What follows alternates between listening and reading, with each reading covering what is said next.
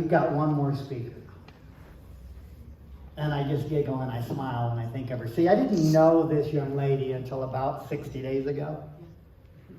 I walked into a speaker's meeting called Being the Best You, I think, or Becoming the Best You. And she was one of the speakers there. And we had the luxury or the highlight of meeting Patch Adams. And she was standing with Patch Adams, and she said, "Can I take a picture with you?" He said, "Yeah, but you got to pick your nose to do it." And up went that finger, and I said, "Okay, this is someone I got to get to know." And she walked over, and we started having a dialogue, and I just felt this closeness to her. I felt like there was something I was meant to learn, something I was meant to see, something I was meant to believe, something I was meant to know, and that if I hung out with her long enough, I would figure out what that was. And so time has passed, and we've chatted on the phone a couple times about her artwork and about what she's doing and about where she's going and about the things that are important to her. But it just seemed like we could never make it work. There was always this distance. And I thought, you know what? One of these days we're going to be in the same place at the same time, and we're going to be able to connect, and I'm really going to learn what it is I need to learn about her. And then she walked in the door today, and she said, "You know what? We're a lot closer than you think." And I said, "Excuse me?" And she said, "As I was leaving my place today, I walked out my front door, I took a few steps and was walking to the park, and you were coming out of your house." She lives literally like a block or two from me. So I've been praying that we can find a way to connect, and we have been that close. My question is, who is it that will change your life that you have been creating distance from, yet they're this close to you? Or more importantly, who is it that needs you that you have been so distant from? What I know is this: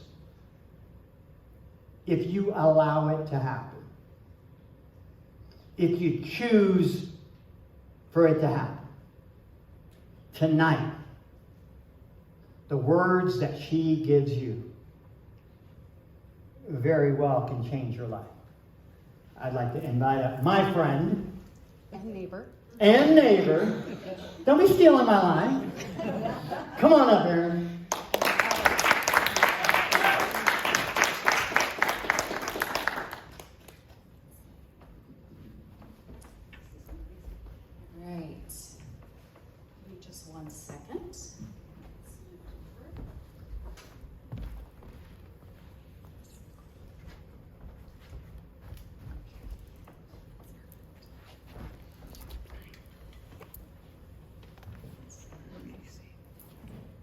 Okay, so I have a question for all of you.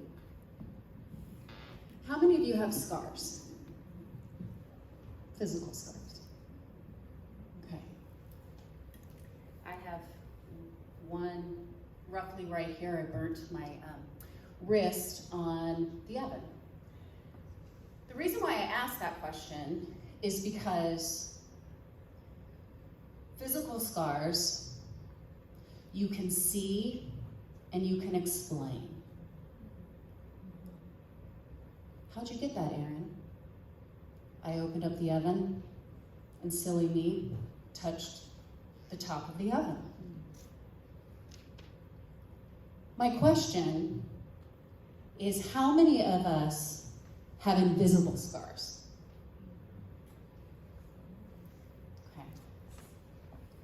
We've heard from other speakers tonight about their invisible scars. And I'm going to share a few of mine. Because most people, when they see me, and I do show up in a heartful way with hugs and smiles, and that's who I am. But I am also an individual that was raped at 19, crashed my car and was arrested because I had alcohol in my system. I could have easily died.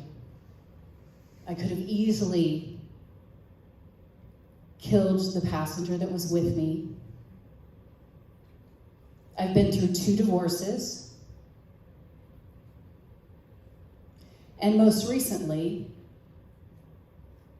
and it's still very fresh to talk about, emotional and physical abuse from a partner. See, those are my invisible scars, and you own yours. But what I'd like to offer you is that for every invisible scar that I have and that you have a choice. You can wallow in your pity and have your pity party, or you can wake up the next day and consider it a new beginning. So tonight, I'm going to do a little demonstration about new beginnings. So I'm an artist, and most people know me for my hearts. And I do workshops as well. And most of the time, people have deer in headlights when I say, guess what? You're going to create your own painting today. This is not a follow me workshop. What?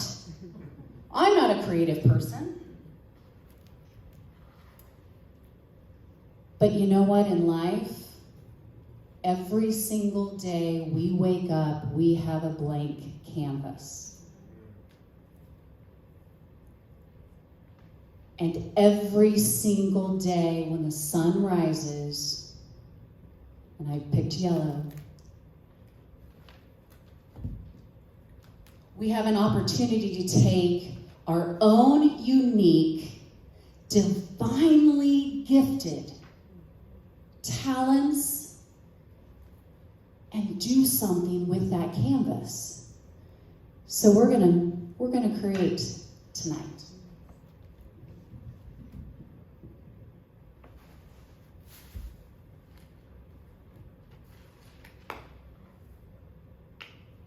And if you notice, I don't have a brush.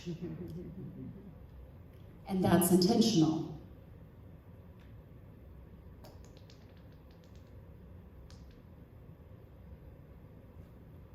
Because like the seeds that we've all been talking about, we have to water them, we have to dig through the earth, and sometimes we have to get a little dirty.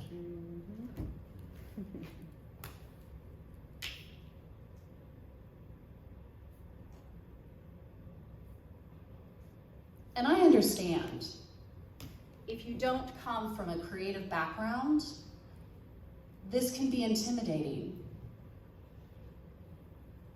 But life's intimidating at times too.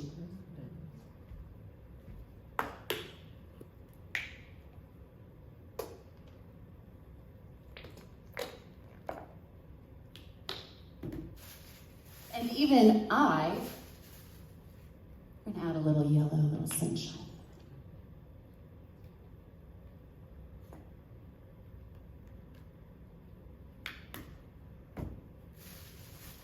And even myself get nervous. What if the heart doesn't turn out right?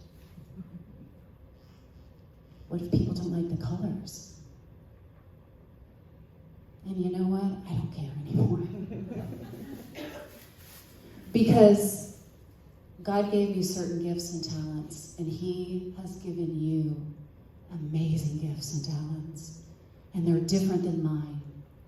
Your heart, if you were to come to a workshop, your heart is going to be so different than mine, and yours is going to be different than everybody else's. And that's what is the fun part about life. And we should have more fun. We should have more fun because our days are limited. And we all have a timeline. And there's 2 ticks on our timeline that we share. Doesn't matter where you come from. It's your birth, and we're not getting out alive. It's what you do with that line in between.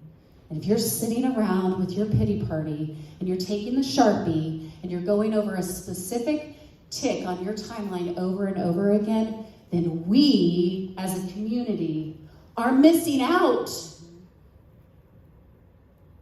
We need your voice. We need your talents. And we need your heart.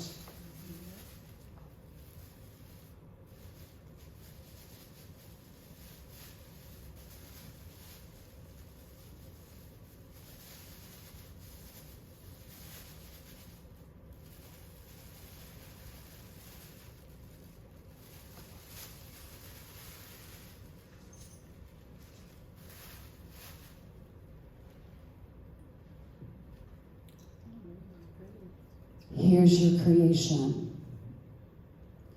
Here is you letting go of anything and everything that the outside world has been putting on you. It's not yours. It's theirs. This is yours. This is what you were brought here to do and be and radiate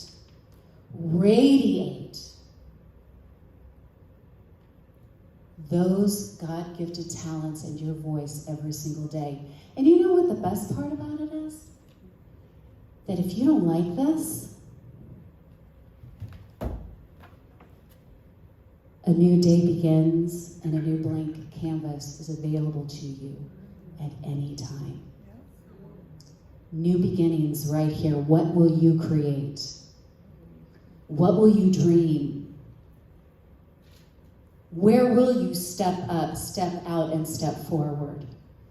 What lives will you change by picking up a brush and making a choice? Stepping out of fear. Fear to me stands for forget everything and reframe. Step out of fear, pick up your paintbrush, and make the first mark. Begin anew. Thank you so much for tonight. I appreciate it.